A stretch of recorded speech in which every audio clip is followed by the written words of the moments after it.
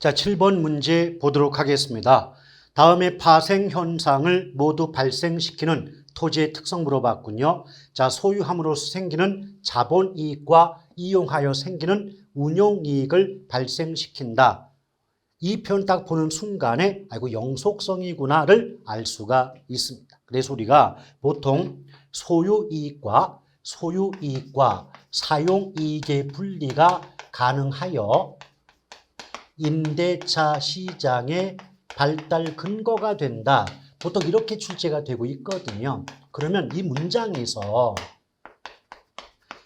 전통적으로 출제가 됐던 소유이익 이 말 대신에 소유함으로써 생기는 자본이익 예쁜 말을 써준 것뿐이고요. 마찬가지로 사용이익 이 말 대신에 이용하여 생기는 운용이익이라고 단어 표현을 바꾼 것에 불과합니다. 또한 가격이 하락해도 소모되지 않기 때문에 자 소모되지 않아요. 이 자체가 영속성 아닙니까? 더불어 맨 마지막 문장 쐐기를 박았죠. 관리의 중요성. 그래서 제가 앞에서도 언급했지만 관리의 의의, 관리의 중요성, 관리 이 말이 특성과 연결되어 나온다면 이미 정답은 영속성이 답이다 했던 거 기억나시지 않습니까? 따라서 이 문제의 정답은 영속성 4번이 되겠군요. 자, 8번 문제. 토지의 자연적 특성 중 영속성에 관한 설명 옳은 건데요. 지금 이제 문제를 풀다 보니까 토지 특성의 기출문제 중에 영속성 관련된 문제가 은근히 자주 나왔다는 걸 확인해 볼 수가 있지 않습니까? 맞죠? 일단 기억번 볼게요. 토지의 집약. 어머, 집약 나왔어요. 집약이 나오는 그 순간 이미 특성은 무슨 성이죠? 그래요. 부증성이에요. 근데 집약을 몰랐다 하더라도 왜 토지가 부족해질 수밖에 없을까요? 생산 공급이 안 되니까. 그럼 토지는 자연물이기 때문에 인간의 인위적 노력으로 생산 공급할 수 없다는 특성이 바로 부증성이라고 배우셨던 기억 나시죠? 일단 기억번호는 틀렸군요. 왜? 내용이 틀렸던 게 아니라 상대방이 물어본 게 영속성 물어봤는데 기억번호는 부증성과 관련된 내용이니까 이 문제가 원하는 답이 아니다 이 말 아니겠습니까? 그럼 기억번 틀렸어요. 그럼 보기 5개 중에 기억번 걸 빼주면 돼요. 자, 기억번 들어간 1번과 3번과 4번을 빼주면 2번과 5번이 남아요. 근데 2번, 5번을 비교해 보니까 니은과 미음은 공통적이죠. 따라서 디귿을 보고 디귿이 영속성과 관계가 있다면 5번이 답이고 디귿이 영속성과 관계가 없다면 자동적으로 2번이 답일 수밖에 없지 않겠습니까? 맞죠? 디귿번 볼게요.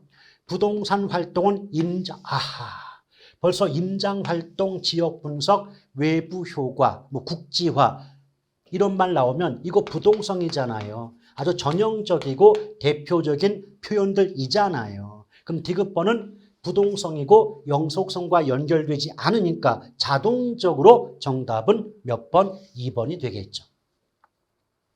일단 니은번 보면 소모를 전제로 하는 재생산 이론이 적용되지 않는다. 여러분 재생산이란 말은 다시 만든다는 거죠. 그럼 어떠야만 다시 만들죠? 그 물건이 없어져야만 다시 만들 텐데 영속성 때문에 토지는 없어지지 않으니까 다시 만들 수가 없잖아요. 그것을 재생산 이론을 적용할 수 없다. 적용되지 않는다라고 얘기하는 것뿐이고 또 감가상각 이론이 적용되지 않는다. 정확히 말하면 물리적 감가는 적용되지 않지만 경제적 감가는 토지에도 적용이 되는 거예요. 리을번 일물일가의 법칙이 배제되며 벌써 일물일가의 법칙이 배제된다는 건 그만큼 토지는 저마다 다르다. 이질품임을 얘기하고 있죠. 그럼 토지가 저마다 다른 이질적 재화가 되는 건 개별성이지 영속성이 아니겠죠.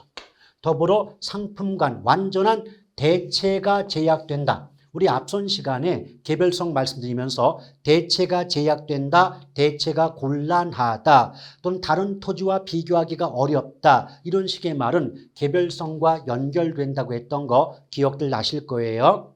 자, 미음번 부동산 활동 보세요. 장기 나왔죠. 장기란 말이 들어가 있다는 건 미래까지 고려한다. 그만큼 수명이 길다는 것과 연결되는 거죠. 또 가치 보존력이 우수하여 투자의 대상으로 선호된다. 이런 식의 문장도 영속성과 관련된 전형적인 지문 중에 하나가 된다고 보시면 됩니다. 근데 원래는 이걸 모두 알고 풀어야 되는 게 원칙이겠지만 이미 경험을 통해서 확인하셨죠? 몇 가지, 두세 개만 알고 있어도 정답을 구하는 데는 어려움이 없었다. 자, 9번 볼게요. 한국표준산업분류상 부동산 관련 서비스업에 해당하지 않는 거겠는데 부동산 관련 서비스업 그래 있잖아요. 그럼 서비스업에는 첫째 부동산 임대업이 있고요. 부동산 관리업이죠. 자, 부동산 관리업이 있고 그 다음에 또 뭐가 있을까요? 뭐 감정평가라든지 그 다음에 뭐 대리업, 뭐 중개업 이런 것들이 관련 서비스업에 해당이 된다라고 보시면 됩니다. 일단 첫 번째 투자자문업. 투자자문업은 부동산 관련 서비스업에 포함이 되는데 여기서 조심할 것은요. 투자자문업은 있지만 투자업은 없어요. 투자업이나 금융업은 없다는 거 조심하시기 바랍니다. 투자자문업은 있지만 투자업이나 금융업은 없다는 것 조심하셔야 되겠고 또 주거용 부동산 관리업 그랬죠. 관리업은요. 주거용과 비주거용 두 가지로 구분됩니다. 주거용과 비주거용 두 가지 구분되죠. 조심할 건 관리업에는 기타 부동산 관리업은 없다는 것. 관리업에는 기타는 없어요. 기타는 없습니다.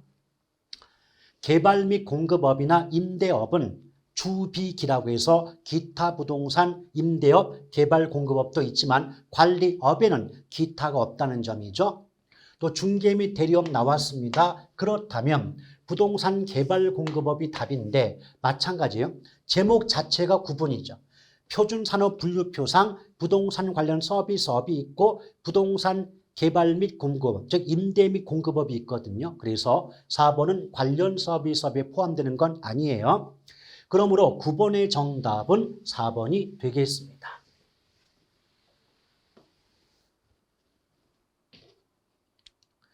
자, 이제 부동산 강론 들어가죠. 부동산 경제론.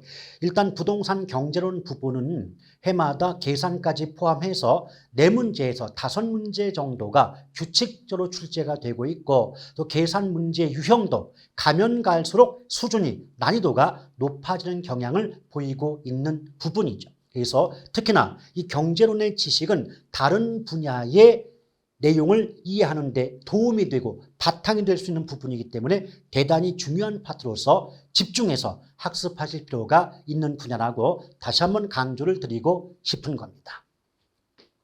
자, 첫 번째 부동산 경제론 수요와 공급에 관한 설명 옳은 거 물어봤군요. 일단 수요와 공급의 기본적인 의의를 알아둘 필요가 있는 것이죠. 일단 수요와 공급은 공통적으로 의의를 따져보기 전에 일단 수요는요. 사는 쪽 입장이에요. 그래서 문장을 해석할 때 수요가 나오면 어떤 물건을 사는 입장에서 생각하고 판단할 필요가 있는 거죠. 반면에 공급이란 말이 나오면 파는 쪽 입장에서 생각해 주실 필요가 있어요. 그러면 수요와 공급, 사는 쪽과 파는 쪽이 모여서 어떤 물건의 거래가 이루어지는 공간, 장소를 시장이라고 알고 있지 않습니까? 그렇죠. 그렇기 때문에 강론도 경제론 다음에 시장론 파트가 나올 수밖에 없는 구조라고 이해하시면 되겠어요. 근데 수요와 공급은 공통적으로 일정 기간 동안 재화와 용역, 재화는 물건이고요. 용역은 인간의 활동이죠. 재화와 용역을 무엇하고자 하는 의사 또는 욕구를 말한다라고 정의할 수가 있어요. 근데 이 가운데 들어가는 단어로서 수요와 공급의 의미에 차이가 발생할 수 있습니다. 근데 분명히 앞에서 수요는 사는 쪽 입장이고 공급은 파는 쪽 입장이라고 했기 때문에 무엇인가를 산다 또는 판다 이 단어로서 수요와 공급을 나눠볼 수가 있는 거죠. 다시 한번 읊어볼게요. 수요란 자 수요 얘기합니다. 일정 기간 동안 재화와 용역을 구매하고자 하는 의사 또는 욕구를 말하면 공급이란 역시 일정 기간 동안 재화와 용역을 판매하고자 하는 의사 또는 욕구를 말한다라고 정의할 수가 있어요. 그러면 수요 공급의 의미를 비교해 보았을 때 구매, 판매, 사고자 한다, 팔고자 한다 이 부분 하나만 차이가 있을 뿐이고 나머지 문장 구조가 완벽히 동일함을 확인하고 계신 거죠. 그러다 보니까 수요와 공급을 따로따로 떼어놓고 외우지 마시고 수요와 공급을 비교해서 살펴보신다면 분량은 절반은 줄고요. 이해도는 훨씬 빠르게 이해가 된다라는 점 다시 한번 강조를 드리고 싶은 거예요. 아시겠죠? 그럴 때 여기 보세요. 일정 기간 나왔죠. 자, 수요와 공급은 기본적 개념이 일정 기간을 정해 놓았을 때 어떤 값을 구할 수 있는 개념이거든요. 그럼 경제학자들이 어떻게 약속을 했다. 일정 기간을 정해 놓았을 때 어떤 값을 구할 수 있는 경우를 FLOW, 플로우, 유량이라고 부르자 약속을 했다는 겁니다. 그래서 문장 속에 기간자가 붙으면 일단은 유량 개념이에요. 근데 유량 개념은 영어로 FLOW, 플로우 개념에 해당이 되겠죠. 두 번째, 수요와 공급 둘 다 구매하고자 한다, 판매하고자 한다 그랬어요. 그럼 하고자 한다는 건 이미 샀다, 팔았다의 뜻이 아니라 앞으로 사려고, 앞으로 팔려고 한다는 의미가 되겠죠. 그래서 소비나 판매 행위가 이루어지기 전의 단계이기 때문에 사전적 개념임을 알 수가 있는 겁니다. 따라서 이와 관련해서 잘 보세요. 그렇다면 수요량도 이미 구입한 양이 아니라는 거죠. 이미 구입한 양이 아니라 앞으로 구매할 의사가 있는 양이 되는 거죠. 아시겠죠? 마찬가지예요. 공급량의 의미 역시도 공급량도 이미 판매한 양이 아닌 거죠. 이미 판매한 양이 아니라 앞으로 판매할, 즉 팔아먹고자 하는 의사가 있는 양이 바로 공급량이다라고 보시면 되겠어요. 그리고 수요량, 공급량 둘 다 최대 수량인 거죠. 그래서 구매할 의사가 있는 최대량이 수요량, 판매할 의사가 있는 최대량이 공급량이다라고 보시면 됩니다. 최대입니다. 그런 다음에 또 수요와 공급은 기본적으로 유효수요, 유효공급이어야 한다는 거죠. 그럼 수요와 공급 앞에 유효라는 말이 붙잖아요. 그럼 유효란 말은 뭐뭐할 능력이 있다는 뜻입니다. 뭐뭐할 능력이 있다는 뜻이죠. 따라서 유효수요는 단순히 어떤 물건을 사고 싶은 마음뿐 아니라 그 물건을 살 수 있는 능력까지 가지고 있을 때 유효수요가 되는 거죠. 마찬가지로 유효공급도 어떤 물건을 팔고 싶은 마음뿐 아니라 그 물건을 팔 수 있는 능력까지 갖추고 있을 때 유효공급이다라고 보시면 되겠습니다. 아시겠죠?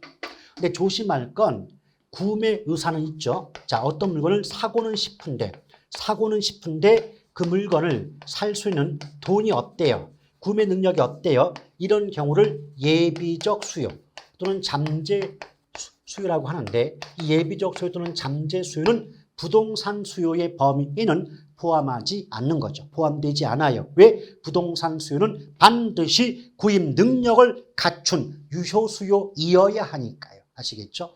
함께 잘 기억하시길 바랍니다. 그럼 볼게요. 가격이 상승하면 공급량이 감소한다. 틀렸네요. 공급량이 증가하죠. 왜냐고요? 여러분 수요 법칙, 공급 법칙 들어보신 적 있죠? 오케이? 그럼 볼게요. 그럼 가볍게 수요 법칙은 뭘까요? 일단 수요자 나왔으니까 사는 쪽 입장에서 생각해 주시길 바랍니다. 그럼 어떤 물건을 사는 쪽 입장에서 그 물건의 가격이 오르게 되면 값이 비싸지니까 그 물건을 이전보다 덜 살 수밖에 없겠죠. 그래서 그 물건의 수요량이 감소하게 돼요. 이처럼 물건의 가격과 물건의 수요량이 반대로 바뀐다. 즉 반비례 관계에 있다는 원리를 수요 법칙이라고 말을 합니다. 그에 비해서 공급 법칙이 있죠. 그럼 공급자가 붙어 있으니까 파는 쪽 입장에서 생각하셔야 됩니다. 그 물건을 파는 쪽 입장에서 내가 팔고자 하는 물건의 가격이 오르게 되면 팔았을 때 얻는 이익이 많아지는 거죠. 그럼 좀 더 많은 이익을 얻고자, 좀 더 많은 돈을 벌고자 더 많이 팔려고 하기 때문에 공급량이 늘어나게 돼요. 그래서 가격이 오르면 공급량이 증가하니까 가격과 공급량은 비례 관계에 있다는 원리를 공급법칙이라고 배운 적이 있으실 거 아니겠습니까? 맞죠? 따라서 공급법칙상 가격과 공급량은 같은 방향, 비례관계, 같은 방향이 되기 때문에 가격이 오르면 공급도 올라야 돼요. 증가한다고 해야지 감소한다는 말 잘못됐군요. 2번 수요량은 일정 기간에 실제로 구매한 양 아니란 말이에요. 수요와 공급은 사전적 개념이다 보니까 이미 구입한 양, 실제로 구입한 양이 아니라 앞으로 구매할 의사가 있는 양이 되는 거죠. 그래서 2번 틀렸고요. 3번 공급량도 역시 실제로 매도한 양이 아니에요. 이미 팔아먹은 양이 아니라 앞으로 팔고자 하는 양이 바로 공급량이 되겠죠. 4번 건설 노동자들의 임금 상승은 부동산 가격을 하락시킨다. 틀렸네요. 상승시키죠. 왜 그럴까 여러분? 건설 노동자의 임금이 올라간다는 건 인건비가 올라가는 거예요. 우리 공급의 결정요인 해갖고 여러 가지 외우시지만 저 같으면 굳이 그 공급의 결정요인을 따로 외우지 않을 것 같습니다. 왜냐? 어떤 문장을 해석해 본 결과 비용이, 그게 생산비건 건축비건 비용이 오른다라고 해석된다면 반대로 공급은 감소하는 거예요. 그래서 비용과 공급은 반비례 관계에 있다는 그 원리만 이해하고 계신다면 암기가 필요 없다는 겁니다. 그래서 봐봐요. 인건비가 올라가요. 그럼 비용이 올라가죠. 그러면 그만큼 공급량은 줄어요. 공급은 감소하죠. 근데 공급이 감소한다는 건 우리말로 바꾸면 어때요? 물건이 귀해요. 그럼 물건이 귀해지면 귀한 물건의 가격은 올라가요, 내려가요? 올라가는 거죠.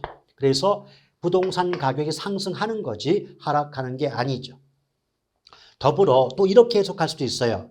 인건비가 올라서 한정된 예산을 가지고 생산 공급할 수 있는 아파트가 만약 감소한다면 소비자 입장에서, 소유자 입장에서 그 아파트를 구하기가 어려워질 거 아니에요. 왜? 공급이 줄었으니까. 그럼 가격이 그만큼 올라갈 수밖에 없잖아요.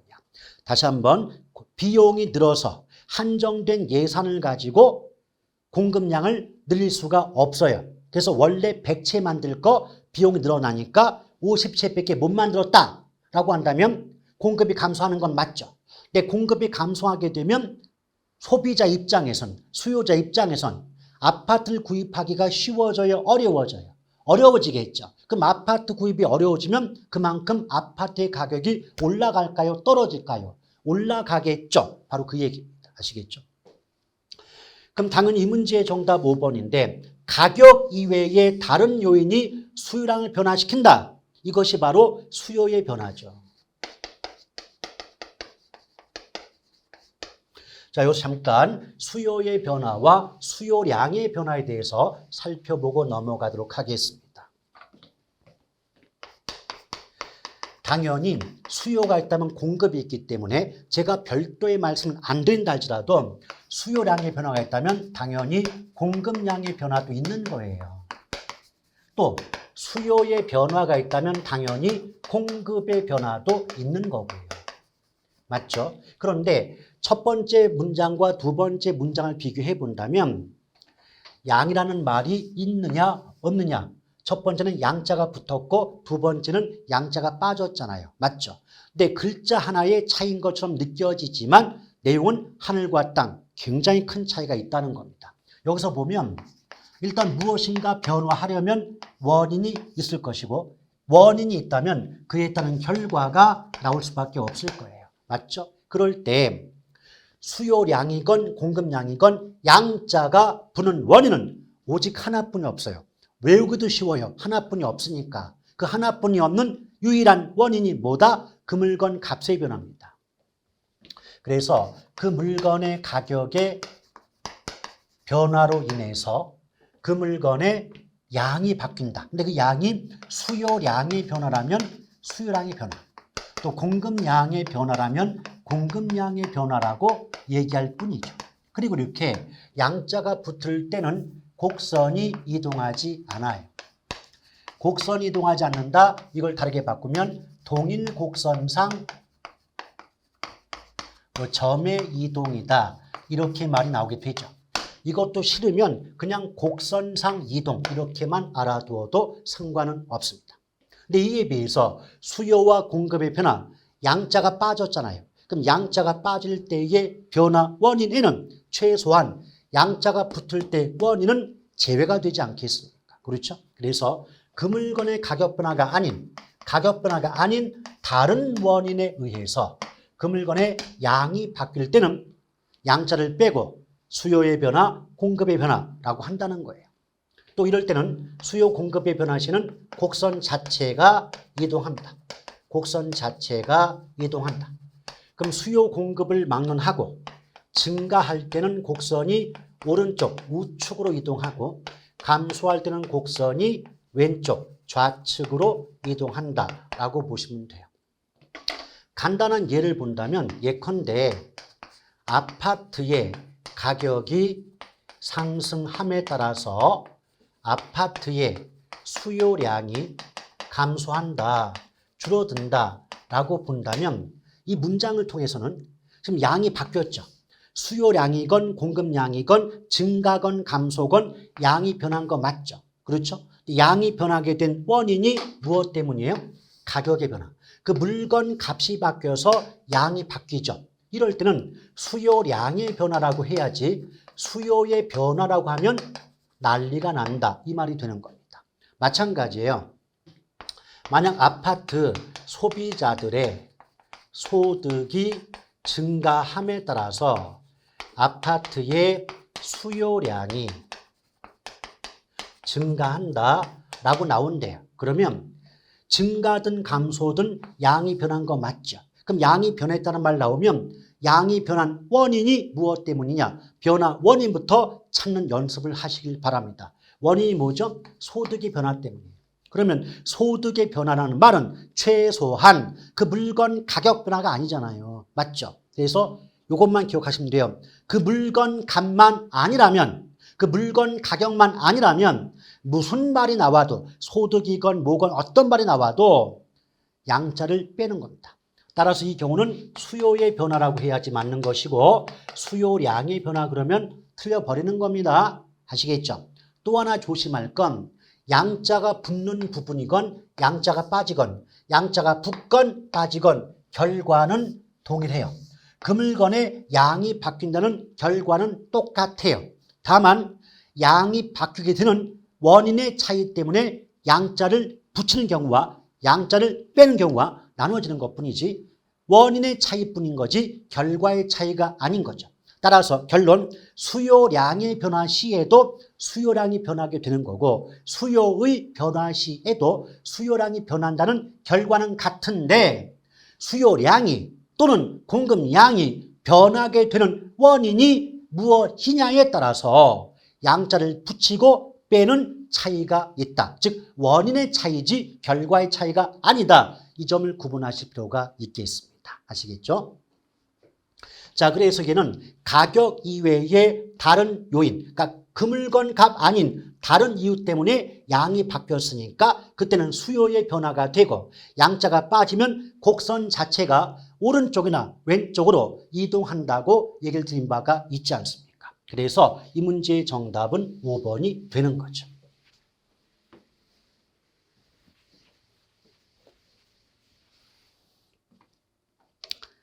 자, 그 다음 2번.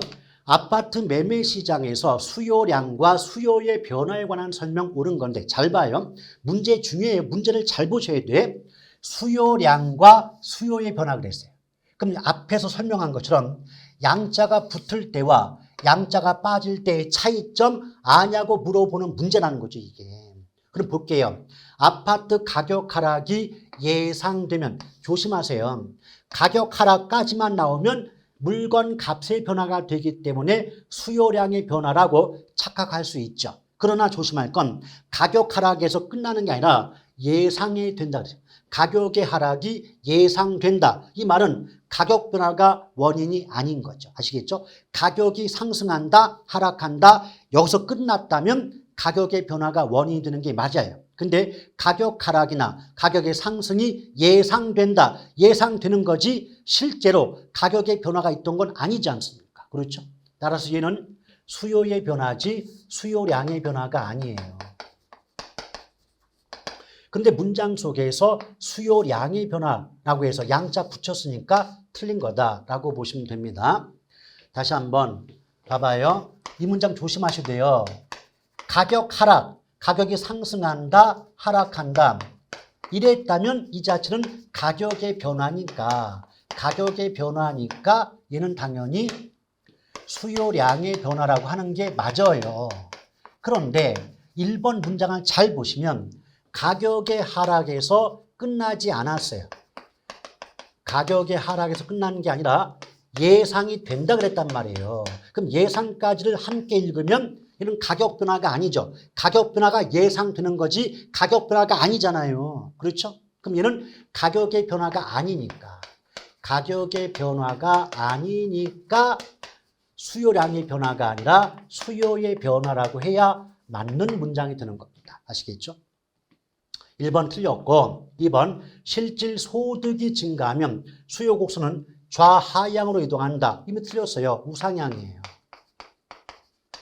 일단 이거 볼게요. 그러면 소득이 증가하잖아요.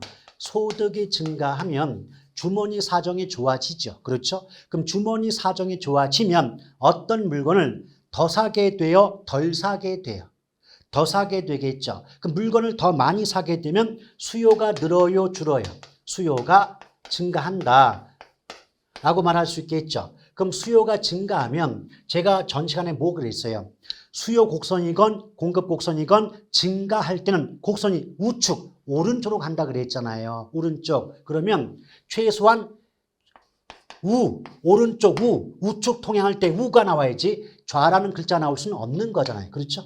더불어 그래프를 그리다 보면 수요 곡선이 오른쪽 이동하면 오른쪽 위로 가기 때문에 우상향 곡선의 모습을 보인다고 나와야 됩니다. 좌하향이 아니라 우상향이 되는데 한번 제가 그래프를 그려볼게요, 여러분. 원래 수요 법칙의 영향 때문에 수요 곡선 일반적으로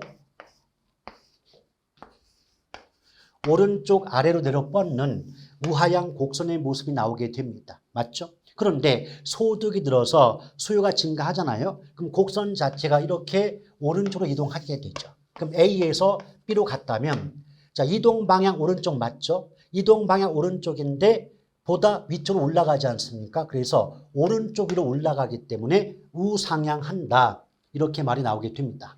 우상향 곡선의 모습을 보인다. 아시겠죠? 그래서 2번 틀렸고요. 3번 대체재인 단독주택의 가격이 상승하면 아파트의 수요 곡선은 우상향으로 이동하게 된다. 여기 지금 포인트가요. 대체재란 말이죠. 그럼 벌써 여러분 여기 이제 문장을 잘 보시면 단독주택도 있고 아파트도 있어요. 근데 얘네 둘이 대체재 관계에 있다고 전제하고 있죠. 그럼 대체재의 경우는 일단 벌써 물건이 두 개가 나오면 단독주택, 연립, 아파트, 빌라 이런 식으로 물건이 두 개가 나오면 이미 대체재 아니면 보완재예요. 근데 대체재와 보완재의 차이점이 뭡니까? 대체재는 한쪽 물건의 가격과 다른 쪽 물건의 수요량이 같은 방향으로 바뀌는 게 대체재이고 한쪽 물건의 가격과 다른 쪽 물건의 수요량이 반대 방향으로 바뀌는 게 보완재라고 배우신 적이 있잖아요. 그래서 암기법이 대가수비, 보가수반이었죠. 그럼 대가수비가 뭐죠? 대체재는 가격과 수요가 비례, 같은 방향이고 보완재는 가격과 수요가 반비례, 반대 방향으로 바뀐다. 이 말 아닙니까? 근데 분명히 출제자가 대체재 그랬어요. 그럼 단독주택 가격과 아파트의 수요가 같은 방향, 동일 방향으로 변동해야 돼요. 여기 보시면 단독주택 가격이 상승, 오른다 그랬거든요. 여러분 문제 해석할 때요. 요령 중에 하나가 뭐냐면 상승한다, 하락한다, 증가한다, 감소한다 이 말 나오면 한글로 보시면 헤맬 수 있으니까 화살표를 그려주는 연습을 하세요. 상승, 증가, 화살표 위로 올리고 하락, 감소하면 화살표 내려보시다 보면 굉장히 일목요연하게 해석이 가능할 수 있겠습니다. 상승해요. 그랬더니 수요 곡선이 오른쪽 위로 올라간다. 수요 곡선이 오른쪽 올라간다는 건 증가예요, 증가. 수요가 증가함을 의미하는 거죠. 따라서 대체제는 가격과 수요가 같은 방향으로 변동해야 되니까 3번은 옳은 지문에 해당이 되는 겁니다. 아시겠죠? 그러니까 우상향, 상향까지는 모르셔도요. 요까지 몰라도 우가 오른쪽이잖아요, 오른쪽.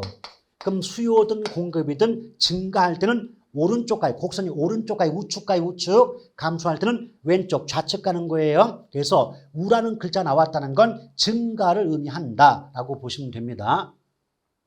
따라서 이 문제의 정답은 3번이 되겠는데요. 나머지 볼게요. 4번. 금리가 하락해요. 자, 금리 하락. 근데 수요량이 변하라고 했어요. 여러분 봐봐요.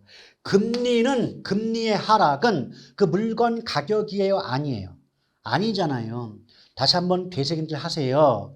수요량이건 공급량이건 양이라는 글자가 붙을 때 원인은 하나뿐이 없어. 하나뿐이. 그 유일한 원인이 뭐다? 그 물건 가격이라고요. 그래서 그 물건 가격만 아니면 금리든 규제든 세금이든 어떤 말이 나와도 그 물건 값만 아니면 양자가 빠져요. 그럼 얘는 수요의 변화라고 해야 되는데 수요량의 변화라고 했기 때문에 틀린 지문인 거죠.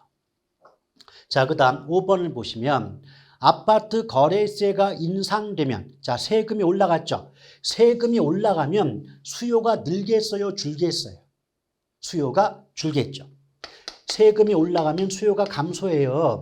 그럼 수요가 됐건 공급이 됐건 감소하게 되면 곡선이 오른쪽 가요, 왼쪽 가요? 왼쪽 간다고 왼쪽. 왼쪽 가면 최소한 뭐 상향, 하향은 모른다 하더라도 오른쪽 우라는 말이 나오면 안 되죠. 왼쪽으로 간다, 왼쪽. 그러니까 좌하향으로 이동한다라고 해야 되는데 왼쪽, 자 수요 감소죠. 감소는 곡선이 오른쪽 가요, 왼쪽 가요? 왼쪽으로 가요. 그럼 최소한 오른쪽 우라는 말을 쓸 수가 없죠. 왼쪽 좌라는 말 써야 되는 거 아니겠습니까? 맞죠? 그래서 5번도 틀린 문장입니다.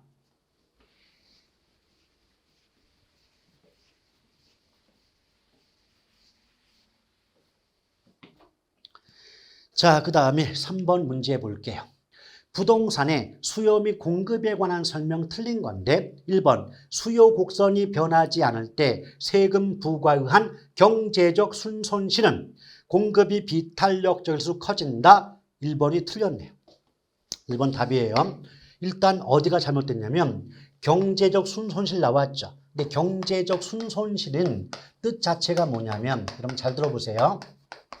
우리가 시장에서 수요자와 공급자가 모여서 거래가 이루어지지 않습니까? 맞죠? 그러면 거래가 이루어진다는 건 소비자 입장에서도 이익이 되고 또 생산자 입장에서도 이익이 되는 부분이 있으니까 거래가 이루어질 거 아닙니까? 맞죠? 그런데 이때 만약 이 거래 과정에서 세금을 부과한다면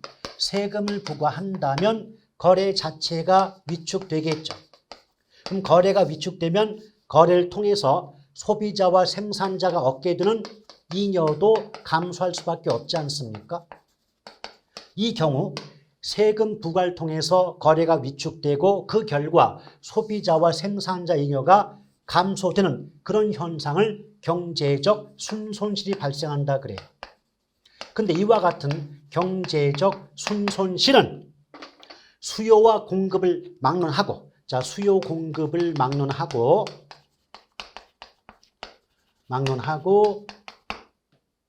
탄력적일수록, 자, 탄력적일수록 커지고요. 비탄력적일수록 작아집니다.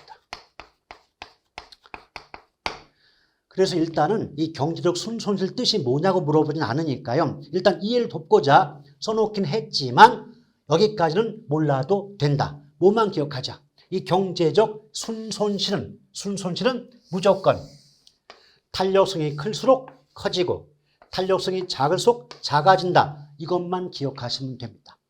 다시 한번 압축해 볼까요? 경제적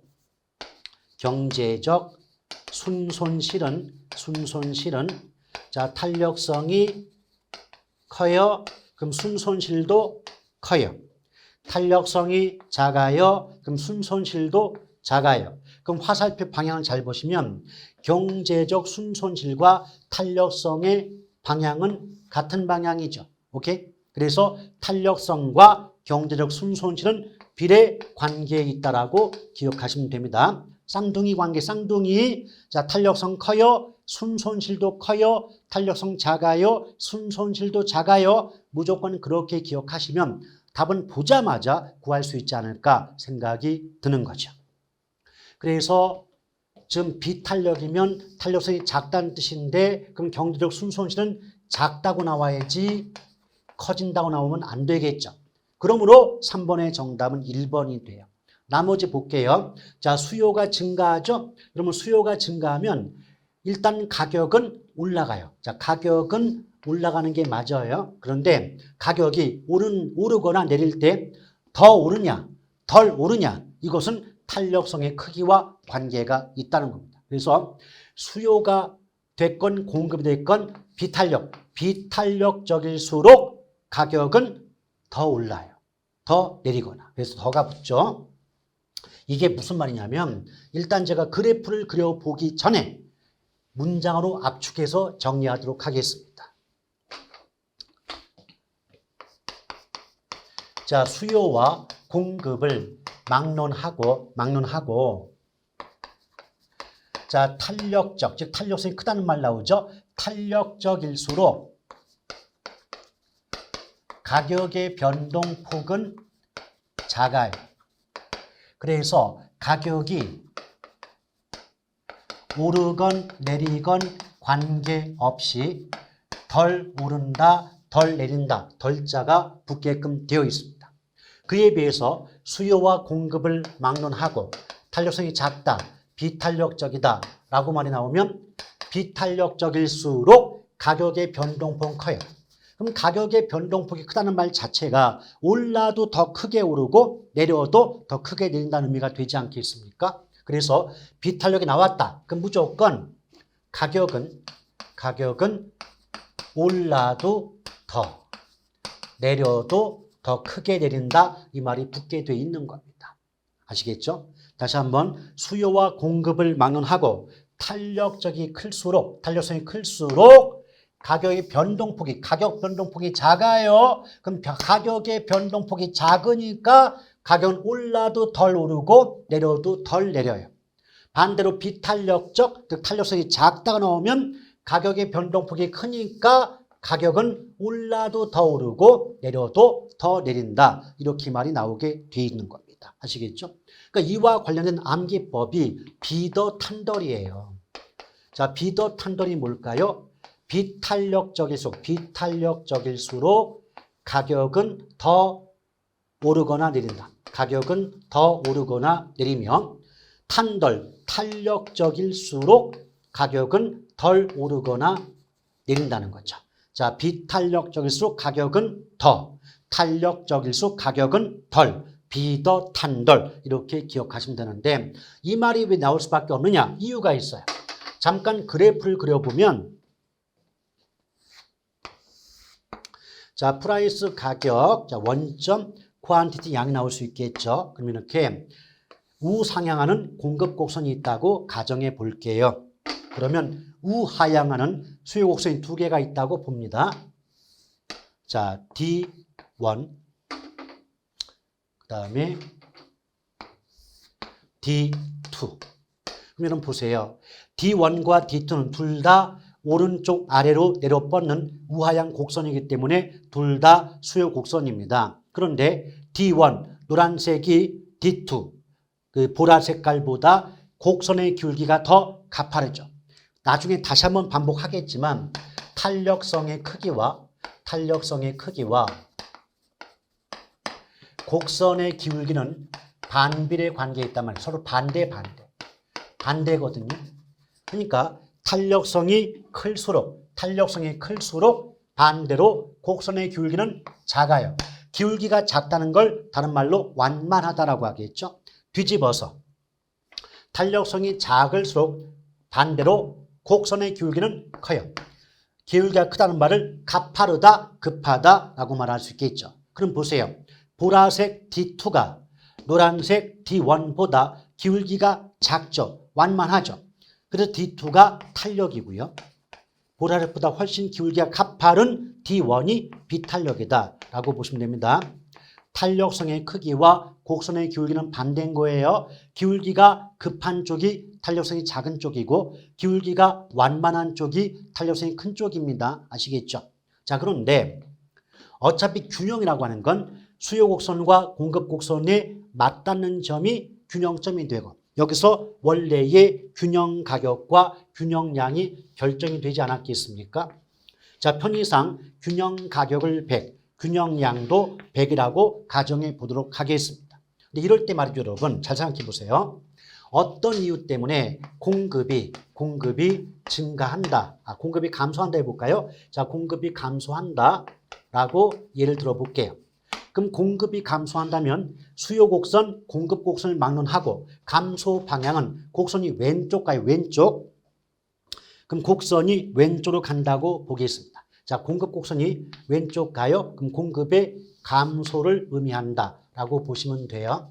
그러면 왼쪽 위로 올라가는 공급 곡선과 보라색 수요 곡선, 노란색 수요 곡선의 교차점을 보도록 합니다. 그러면 일단 가격만 놓고 보시면 돼요. 지금 보라색일 때도 가격이 올라가고 노란색일 때도 가격이 올라가는 건 확인될 수 있겠죠. 오케이? 그럼 일단 수요가 탄력적이건 비탄력적이건 공급이 감소하면 물건이 귀해지니까 가격은 원래의 균형 가격보다 올라간다는 건 이해 가실 겁니다. 맞죠? 그런데 둘 다 가격 올라가는데 지금 여기서 보라색이 탄력이거든요. 탄력일 때는 가격이 100에서 120원까지만 올라가죠. 근데 노란색은 비탄력이에요. 그럼 비탄력일 때는 가격이 100에서 150원까지 올라가지 않느냐. 이 말 아닙니까? 그럼 어떻게 돼요?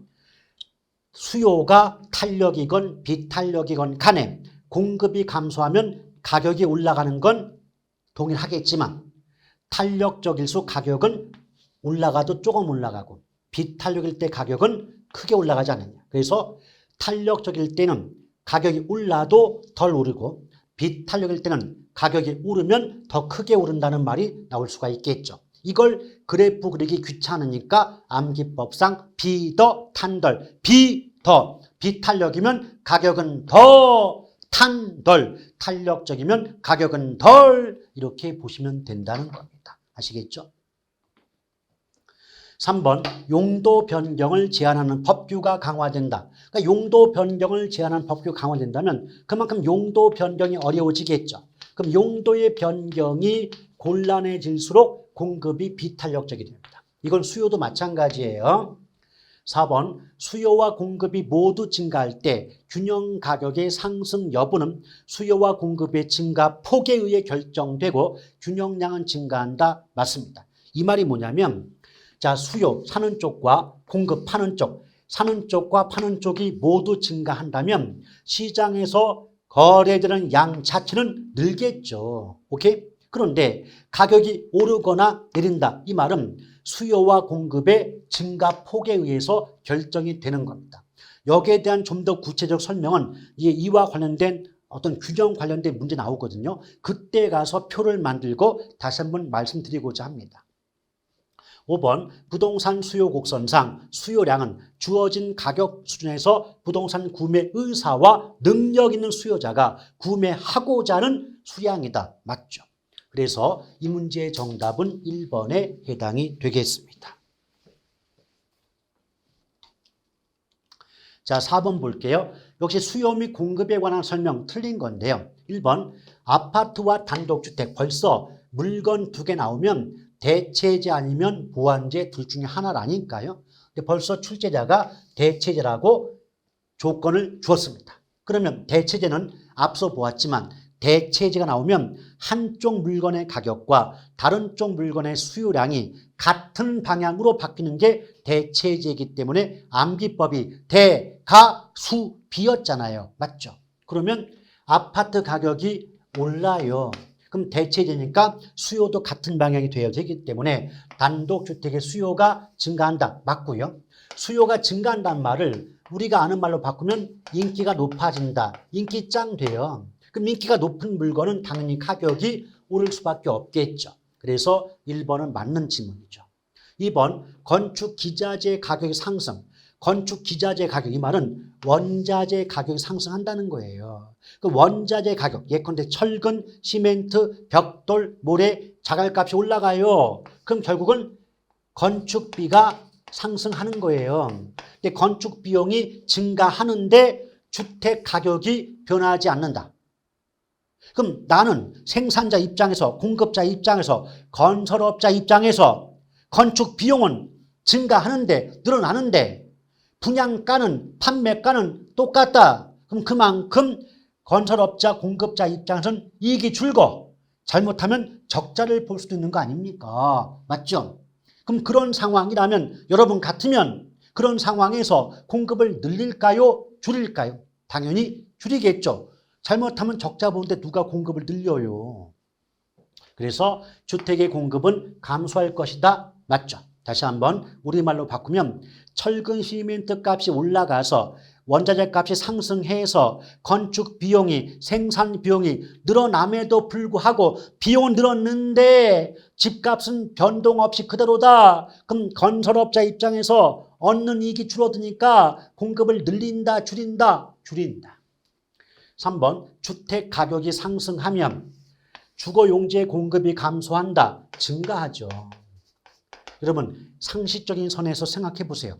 집값이 올라가요. 그럼 주택 가격이 오른다면 주택 공급자 입장에서, 생산자 입장에서는 가격이 오른 만큼 팔았을 때 얻는 이익이 많아질 거 아니에요. 그렇죠? 그럼 좀 더 많은 이익을 얻고자, 우리말로 돈을 많이 더 벌고자 주택의 공급을 늘리고자 하겠죠. 맞죠? 그럼 주택의 공급이 늘어나려면 집을 지으려면 땅이 필요하지 않겠습니까? 그렇죠? 그럼 주택의 공급이 증가한다는 것은 결국 주거 용도의 토지 공급이 늘어나야만 주택의 공급이 증가할 수 있잖아요. 오케이? 그래서 주거 용지의 공급이 증가한다고 해야지 감소한다면 틀립니다. 정답 3번이군요. 4번 완전 경쟁 시장에서 부동산 공급량은 한계 비용 곡선이 가격 곡선과 일치하는 지점에서 결정된다.